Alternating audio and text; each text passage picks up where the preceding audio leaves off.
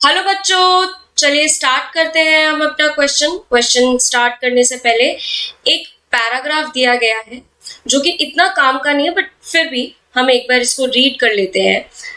Question paragraph में दिया गया है वेव फंक्शन है psi n l m l. देखिए, ये बात तो हमें पता है कि जो वेव फंक्शन है वो क्या क्या इंफॉर्मेशन देता है हमें, शेल के बारे में, सब शेल के बारे में और वाइटल के बारे में। ठीक है, और ये एक मैथमेटिकल फंक्शन होता है और इसकी वैल्यू डिपेंड करती है स्फेरिकल पोलर कोऑर्डिनेट, मतलब किस किस पर, आर थीटा फाई। ठीक है, रेडियल और एंगुलर दोनों की इंफॉर्मेशन पर डिपेंड करती है। Of the electron and characterized by the quantum number n l and m l. Here r is the distance from the nucleus. R यहाँ पे डिस्टेंस है न्यूक्लियस से, जो थीटा है वो को लैटिट्यूड है और फाई जो है वो एजिमुथल एंगल।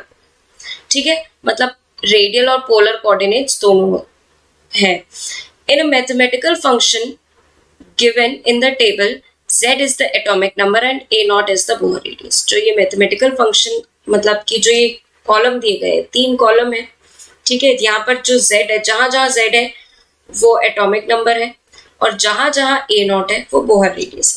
तो बच्चों, कॉलम 1, कॉलम 2 और कॉलम 3 दिया गया है और क्वेश्चन में बोला गया है अगर हीलियम आयन है तो इसमें से इनकरेक्ट कॉम्बिनेशन कौन सा होगा। हीलियम आयन है मतलब Z इज इक्वल्स टू 2 है, but hydrogen atom like species है। ठीक है बच्चों, तो चलिए अब स्टार्ट करते हैं मैच करना। सबसे पहले ए ऑप्शन में बोल रहा है 1 1 s, तो कॉलम 1 का 1 है 1s ऑर्बिटल।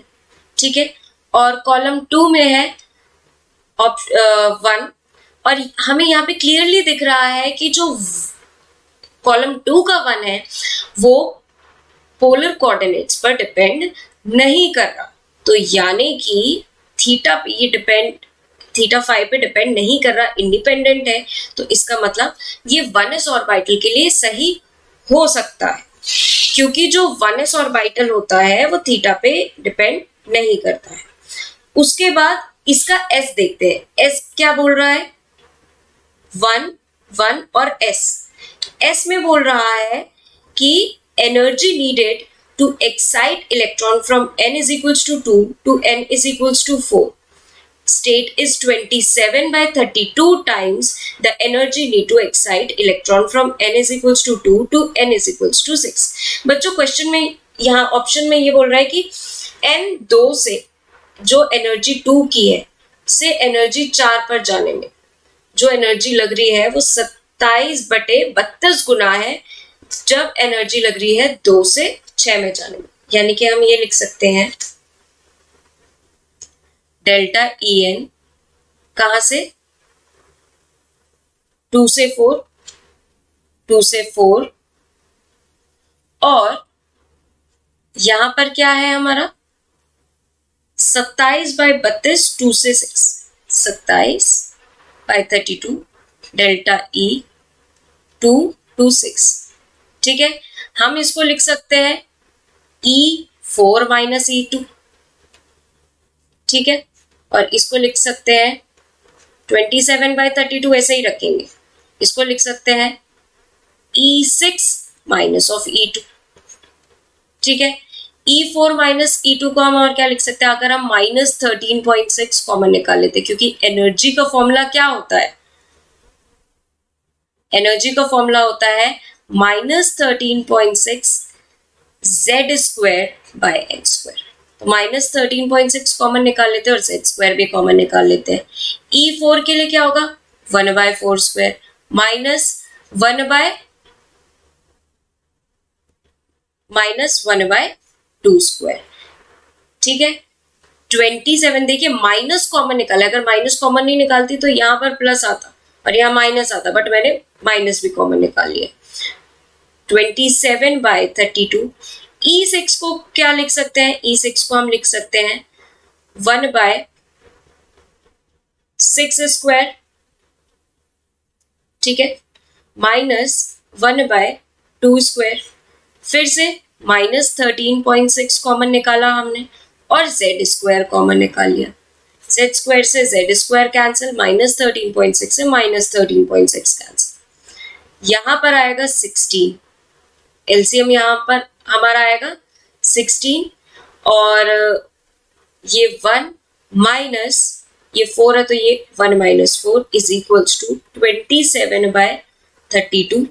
यहाँ पर आएगा 36, 1 माइनस 9, ठीक है। यहाँ से आ रहा है -3/16, यहाँ से आएगा 27/32 -8/36, ये कैंसिल आउट हो जाएगा। ओवरऑल जब हम राइट हैंड साइड को कैलकुलेट करेंगे पूरा तो ये भी 3/16 ही आएगा, यानी कि लेफ्ट हैंड साइड और राइट हैंड साइड इक्वल है, तो यानी कि जो S है ये स्टेटमेंट करेक्ट है, यानी कि ये स्टेटमेंट करेक्ट है ए, बट हमें तो इनकरेक्ट चूज करनी है। तो आगे बढ़ते हैं, 2 सेकेंड क्यूब, 2 सेकेंड और क्यूब। देखिए 2 में क्या है, 2s ऑर्बिटल है। देखिए s जो है तो वो थीटा के इंडिपेंडेंट ही होगा। जो 2s होता है क्या उसमें एक रेडियल नोड आता है, तो चलिए चेक करते हैं। रेडियल नोड का फॉर्मूला क्या होता है, n माइनस l माइनस 1। अब 2s की बात करिए, n की वैल्यू 2 है और s की वैल्यू 0 है, तो 2 माइनस 0 माइनस 1, तो रेडियल नोड कितना निकल कर आया 1, यानी कि 2 से का रिलेशन कॉलम 2 के 2 से करेक्ट है। अब आगे क्यू पे चलते हैं। Probability density at nucleus, probability density nucleus पे 1/a0 क्यूब है। हो सकता है प्रोबेबिलिटी डेंसिटी जो है न्यूक्लियस पे 1/a0 क्यूब हो, बस ये होना चाहिए कि पोलर कोऑर्डिनेट्स पे डिपेंड नहीं करना चाहिए। s है क्योंकि s स्फेरिक s ऑर्बिटल है, तो इसका q अभी हमें कंफर्म नहीं है, तो इसको हम अभी सर्कल स्टार मार्क करके रखते हैं। सी ऑप्शन पे चलते हैं, 1/3 r, 1 क्या है 1s है, ठीक है। थर्ड ऑप्शन पे क्या है, कॉलम 2 के थर्ड पे क्या है, कॉलम 2 के थर्ड पे हमें cos थीटा दिख गया, पोलर कोऑर्डिनेट दिख गए, और हमें पता है कि जो s ऑर्बिटल या s शेल्स होते हैं वो पोलर कोऑर्डिनेट्स पे डिपेंड नहीं करते, तो यानी कि हमारा थर्ड ऑप्शन जो है सी ऑप्शन इनकरेक्ट है, ठीक है। ये तो हमारा फाइनल आंसर है, बट फिर भी हम एक बार ऑप्शन डी को भी देख लेते हैं।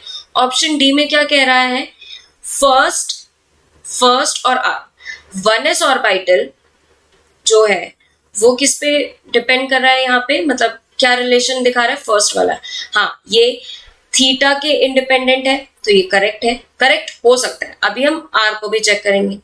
आर है यहाँ पे probability density is maximum at nucleus. देखिए जब हम ग्राफ बनाते हैं साई स्क्वायर वर्सेस आर का 1s ऑर्बिटल के लिए, तो जो इलेक्ट्रॉन डेंसिटी है वो मैक्सिमम आती है न्यूक्लियस पे, तो यानी कि ये क्यू भी आर भी करेक्ट है, यानी कि ऑप्शन डी भी करेक्ट है, बट हमें इनकरेक्ट चूज करना था तो आया option number C. So I hope all of you understand very well. Thank you and best of luck.